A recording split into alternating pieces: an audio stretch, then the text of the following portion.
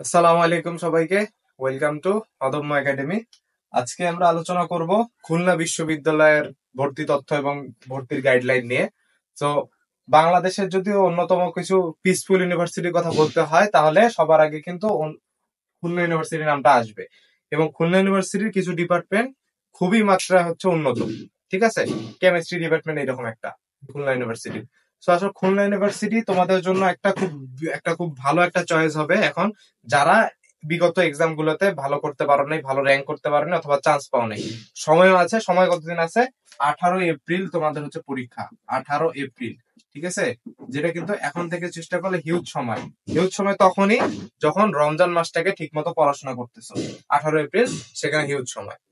So তোমার খুলনা ইউনিভার্সিটির জন্য কিছু আমরা আগে দেখি যে কি কি প্রশ্ন আসবে। খুলনা ইউনিভার্সিটি এবার কি প্রথমবারের মতো খুলনা ইউনিভার্সিটিতে রিটেন করতেছে। এই রিটেন থেকে কিন্তু অনেকেই এক্সাম দিবে না। যারা এক্সাম দিবা তাদের জন্য একটা অটো চয়েস হচ্ছে, অনেকে এক্সাম দিবে না, আমি এক্সাম দিচ্ছি। এবং রিটেন নিয়ে অনেকে ভয় পাচ্ছে, রিটেন নিয়ে ভয় পাওয়ার কিছু নাই। এখানে দুইটা পয়েন্ট যে খুলনা এটা হচ্ছে ভার্সিটি রিটেন, দ্বিতীয়ত খুলনা ইউনিভার্সিটি প্রথমবারের মতো রিটেন করতেছে। সো প্রথমবারে এরা সেরকম হার্ড কোনো কোশ্চেন করবে না। জগন্নাথের কোশ্চেন দেখছো না, খুব কি হার্ড হয়েছে? জগন্নাথ এটা কি আগেও করছিল জগন্নাথ, কিন্তু এবার করছে, খুব কি হার্ড হয়েছে। সো এটা কখনোই ডিউ প্যাটার্নের হবে না, ডিউ প্যাটার্নের হবে না এটা কখনোই, ঠিক আছে। এটা গ্যারান্টি দেওয়া যায়। আর যদি করেই ফেলে তাহলে তো কিছু করার নেই। হুম, কিন্তু এতটুকু বলা যায় ডিউ প্যাটার্নের এটা হবে না। এখন খুলনা ইউনিভার্সিটিতে যে আমাদের হচ্ছে ফ্যাকাল্টি গুলো আছে, এটাকে বলা হয় হচ্ছে তোমার যে স্কুল। তো এখানে school of science and technology, এটাকে আমরা হচ্ছে মানে ইউনিট, যেটা এটাকে ইউনিট বলছি, ইউনিট হচ্ছে এ। ঠিক আছে, এই ইউনিটে দেখো এমসিকিউ অংশের জন্য ফিজিক্সে থাকবে 20 নাম্বার, কেমিস্ট্রিতে থাকবে 20 নাম্বার এবং ম্যাথে থাকবে 20 নাম্বার। তাহলে এমসিকিউ কিসে কিসে দিচ্ছি? এমসিকিউ দিচ্ছে ফিজিক্স, কেমিস্ট্রি এন্ড ম্যাথ। ঠিক আছে। আচ্ছা, এবং রিটেন কি কি থাকতেছে? রিটেন কিন্তু বলছে ইংলিশ থাকবে, ম্যাথ থাকবে, আইসিটি থাকবে। টোটাল 8টা কোশ্চেন থাকবে, প্রত্যেক কোশ্চেনের মার্ক হচ্ছে 5। টোটাল মার্ক হচ্ছে আমার 40 হচ্ছে টোটাল মার্ক। তাহলে বোঝা যাচ্ছে এটা হবে রিটেনের মতো রিটেন। ঠিক আছে, রিটেনের মতো রিটেন মানে কি, আমার এখানে প্রত্যেক কোশ্চেনে 5 মার্ক করে থাকছে, টোটাল থাকছে তিনটা সাবজেক্ট মিলে 8টা কোশ্চেন।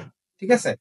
আচ্ছা, আমরা এখন এমসিকিউর জন্য কি পড়বো? ঠিক আছে, এমসিকিউর জন্য কিছু না, এমসিকিউর জন্য ভার্সিটি ক প্রশ্ন ব্যাংকটা পড়ো।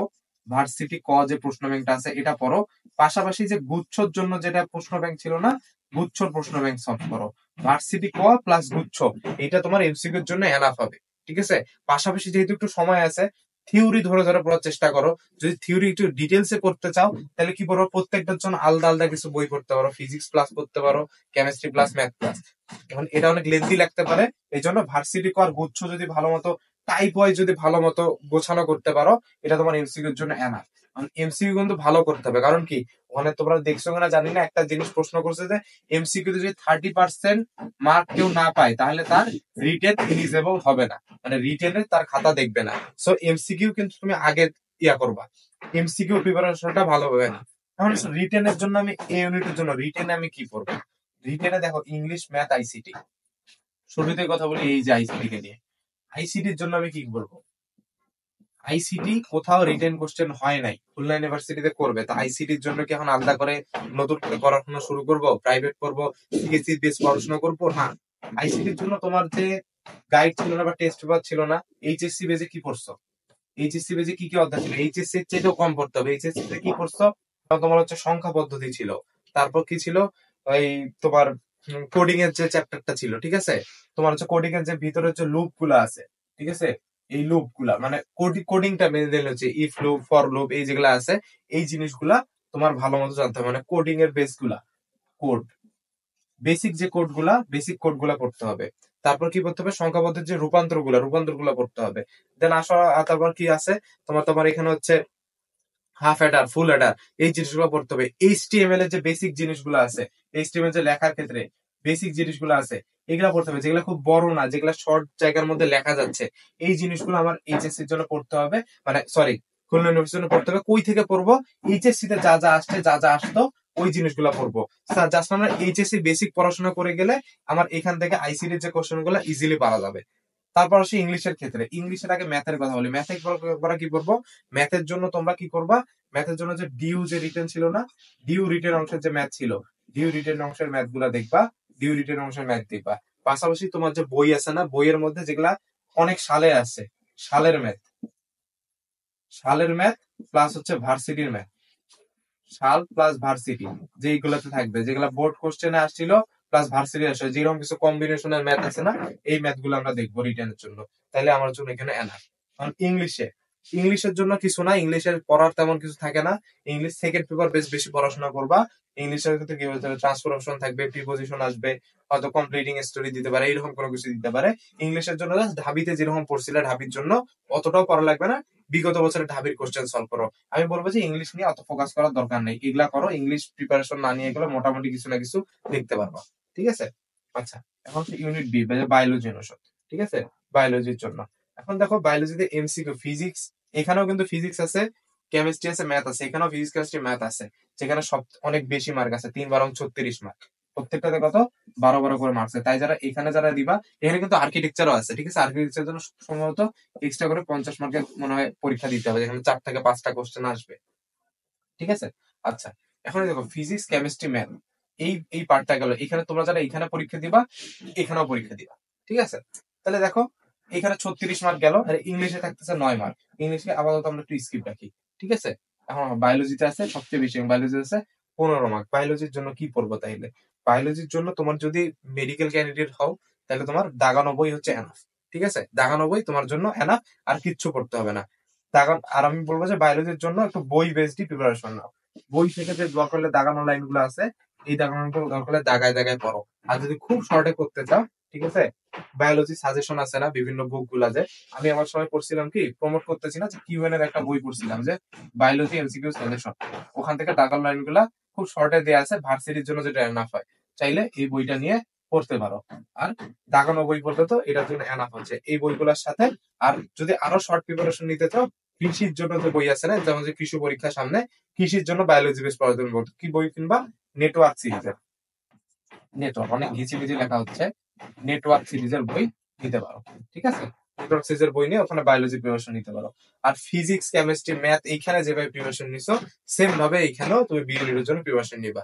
আর ইংলিশের ক্ষেত্রে একই কথা বলবো, ইংলিশ বিগত বছরের কোশ্চেন সলভ করে যাও। বিগত ধরো 10 বছরের কোশ্চেন, বিগত 10 বছরের কোশ্চেন যদি সলভ করো, ইংলিশের জন্য ওটাই হবে আনসার। আর এখন আসো রিটেনে।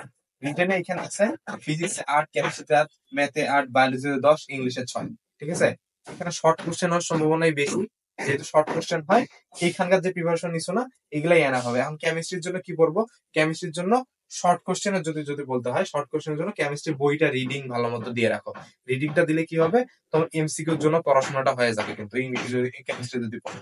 আর পাশাপাশি কি করবা, ছোট ছোট যে ম্যাথ গুলো আছে, পিএইচ এর ম্যাথ, তারপর হচ্ছে কেএসপি কেআইপি এর ম্যাথ, আরো যে টাইপের ম্যাথ গুলো আছে, যেমন হচ্ছে তোমার কি সংকরণের চিত্র যে আঁকাগুলা, এই চিত্র, এই টাইপের ছোট ছোট কোশ্চেন গুলো দেখবা, নট ব্রড কোশ্চেন। ঠিক আছে, ছোট ছোট কোশ্চেন গুলো দেখবা।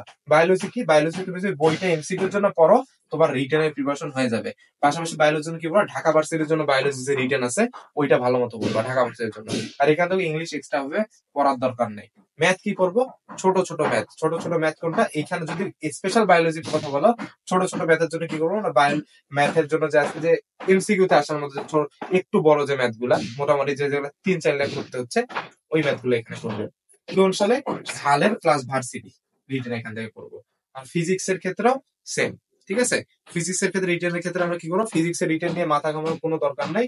ফিজিক্স এর ক্ষেত্রে আমরা হচ্ছে ইসাক স্যারের যে উদাহরণ গুলো আছে না, যদি যদি এগুলাও বড়, কিন্তু এগুলা করলে আমাদের হচ্ছে তোমার হচ্ছে ক্যালকুলেশনের ক্যাপাসিটিটা অনেক বাড়বে, প্রবলেম সলভিং ক্যাপাসিটিটা বাড়বে। এই জন্য ইসাক স্যারের বইয়ের ম্যাথ, ইসাক স্যারের বইয়ের উদাহরণের ম্যাথ, ইসাক স্যারের বইয়ের উদাহরণের যেগুলো সহজ সহজ ম্যাথ আছে, এগুলা করবো। প্লাস ইসাক স্যারের বইয়ের এমসিকিউ সলভ করবো।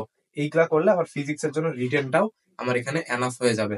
পাশাপাশি আমরা এই ওভারঅল এগুলার সাথে ঢাবি বেস্ট পড়াশোনা করবো, মানে ঢাবির জন্য যা করছি, ঢাবির রিটেনটা পড়াশোনা করবো। যদি এইভাবে পড়ি, তাহলে রিটেনটা আমার জন্য এনা হবে, এমসিকিউ টা এনা হবে। আর বেশি বেশি করে এমসিকিউ তো জোর দিয়ে ভাই, যে আমরা এমসিকিউর জন্য ভার্সিটি ক প্লাস গুচ্ছের যে বইটা আছে, তারপরে তুমি দুনিয়ার যত কোশ্চেন ব্যাংক আছে যদি করতে পারো, আরো ভালো।